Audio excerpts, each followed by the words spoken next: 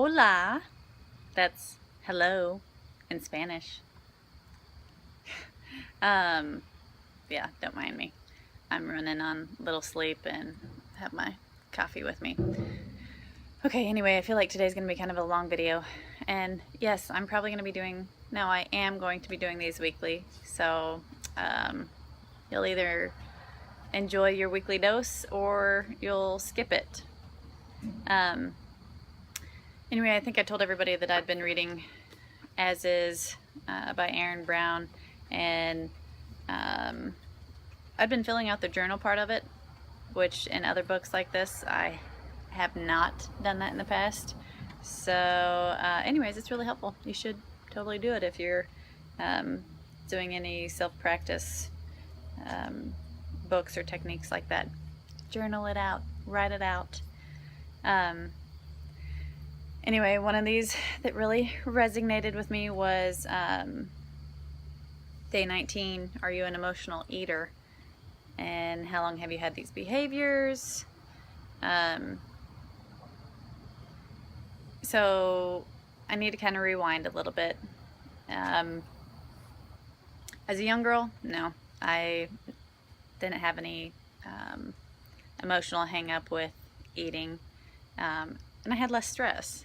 But you know, even going into high school, you know, after a volleyball or basketball game, I'd have my 7-Up or Sprite, a candy bar, and whatever meal they were serving at concessions. You know, I never thought twice.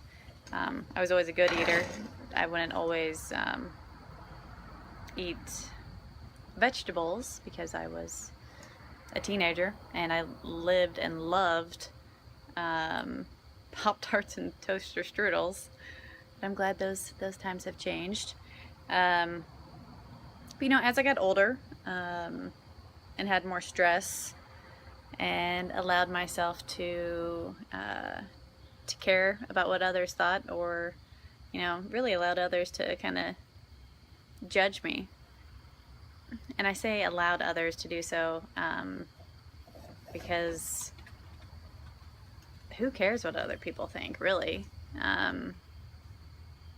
I've always kind of said that and tried to always have that mentality, but I think being the baby of 4 and coming from a small town, yeah, I absolutely cared what other people thought. So anyway, you know, then moving into college, not good eating habits either. A lot of beer and cigarettes. Times that was all my nutrition was. But you know, even as I got older and I was going through my 20s and 30s, I didn't really, well, I need to back up. Early 20s, okay? Didn't really care too much about food, nor, you know, how stress might affect the way I ate.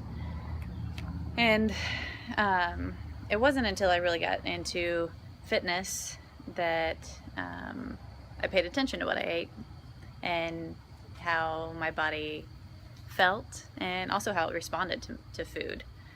And then, as I got further into the fitness industry, I was turned on to fitness competitions, or physique competitions, or bodybuilding competitions, however you want to put it.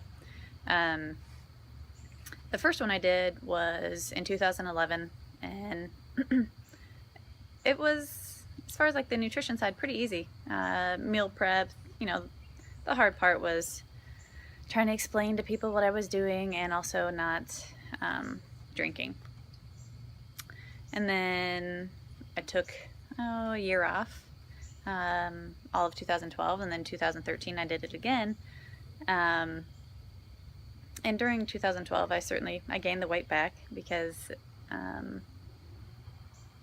that way of eating was not sustainable for me. It, you know, it is for certain people. For those that really love it, it's great. It wasn't for me at the time. And then 2013, summer of 2013, I competed again and did really great. Again, no issues with the clean eating and no alcohol. I learned some tricks along the way, which I'm happy to share with you. But then okay, so I did that summer of 2013, and then I was going to do another show fall of 2013. And then my grandpa got really sick and ended up passing away. It was all really abrupt. Our whole family was pretty shaken, and I was heartbroken. I lost a very important person in my life.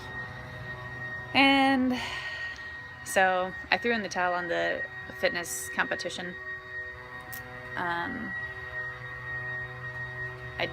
I just didn't care at that point. I wouldn't say that I was depressed, but like I said, I was heartbroken. And in times past, I'd like to say that that would have been my motivation to work hard and do it for Grandpa. And I think I tried, but like 2 weeks after his funeral, I just knew it wasn't going to happen because I was already emotionally eating, and I wasn't going to be prepared for a show 3 weeks after that. And so by emotional eating, I mean binge eating and hiding the food that I ate. My weakness has always been sweets, candy, chocolate, peanut butter, all the good stuff. Not like Skittles. Sorry to those that love Skittles, but no, I'm talking heavy duty stuff. And that was just kind of my downward spiral for about 4 months. And then, being a fitness professional and putting on weight, I felt the eyes, right? Like, oh, she's gaining weight. Something's up. Yeah, I was sad. I was really sad. And it took me a long time to get over that. And I was dealing with some other physical stuff in addition to that. So I'll get into all of that later. That's more for my mom bod peeps. But so from January to about August of 2013, that would have been 2014. I struggled hard. I went through a lot of different diets, vegetarian, no alcohol, gluten-free, dairy-free, blah, blah, blah, blah, blah. And ultimately what ended up happening was I threw in the towel on all of those and tried to get back on the competition diet again. And then it was maybe 2 weeks of being consistent with that. I'm like, no, this isn't actually what I want to do. So I gave up on that too and just tried to be kind of mindful and follow more of an intuitive guide to eating. And then, shortly after that, we were trying to get pregnant, and then a couple months after that, so late December, I found out that I was pregnant, and real happy about that. However, I was also really sick, and the only thing that made me feel better were heavy carbs, which lots of carbs equals lots of sugar equals additional weight gain. So although I was really happy about being pregnant, I was not happy about how fast I was putting on the weight, and also how quickly people were noticing as well. Like, well, how far along are you? And I was maybe 8 to 12 weeks, and I had a nice little bump going already. And again, being in the fitness industry and kind of constantly feeling like I've got to look a certain way, that was tough. So eventually, I tuned out everybody else. I listened to my body. My body did. It wanted the carbs. I just kind of changed those carbs to, instead of like treat and sugary stuff, to crackers and toast. And it helped. And, after the first trimester, I was better. And then it just kind of kept getting better and better. I was more active. Kind of that whole cycle of, the more good things you add, the better you feel, just like, the opposite of, when I was so sad. And then that whole, reverse circle of eating terrible and feeling bad and eating terrible and feeling bad. Anyway, I finally, got better and better during pregnancy. I wasn't perfect. And I don't think you should be. There's no perfect diet. There's no perfect way about going about anything. But after, like I said, I got better and better. And I felt really good going, through my last trimester of pregnancy. And then post-pregnancy, I was mindful afterwards because I wanted to get the weight off, because I knew, how much better I would feel. And two, with good food, I feel better. Pretty plain and simple there. But to kind of get like the additional weight off, the the last 5 or 10 sticky pounds, I tracked my food, and not to the point of obsessiveness, because that's where I struggle. If I become too focused on it, then I kind of backslide. So, and that's just personal for me. However, I know other people struggle with that. But, so what it took to kind of get the rest of that off was tracking it and being aware of what I ate. And I guess the point of this whole video here, because now we're getting a little lengthy. I don't like to talk this long, especially with all my ums and stuff. Right there.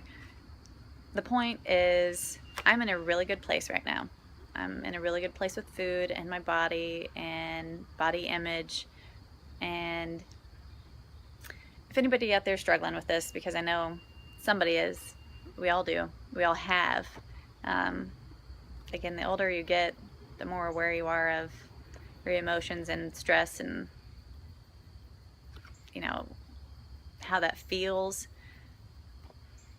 So just know that you're not alone, and that I've been there, and that you can totally come out of it and get to this, place of goodness, feeling good. And I guess too, it's funny how the universe works, that one, I'm reading her book, and two, we're getting ready to come up on the anniversary of Grandpa's funeral, which is, still sad, but I'm not going to go hide in a closet and eat chocolate. I'm just going to sit here with my coffee and have a little talk with him. Let him know that I miss him, and that I'm just, I'm thankful for the time that I had. Anyway, if you have anything that you'd like to hear about, or if you have any questions or topics, send them my way. You can reply to this video, or you can email me at whitney@schneiderfit.com. Have a great day, everybody, and eat something green.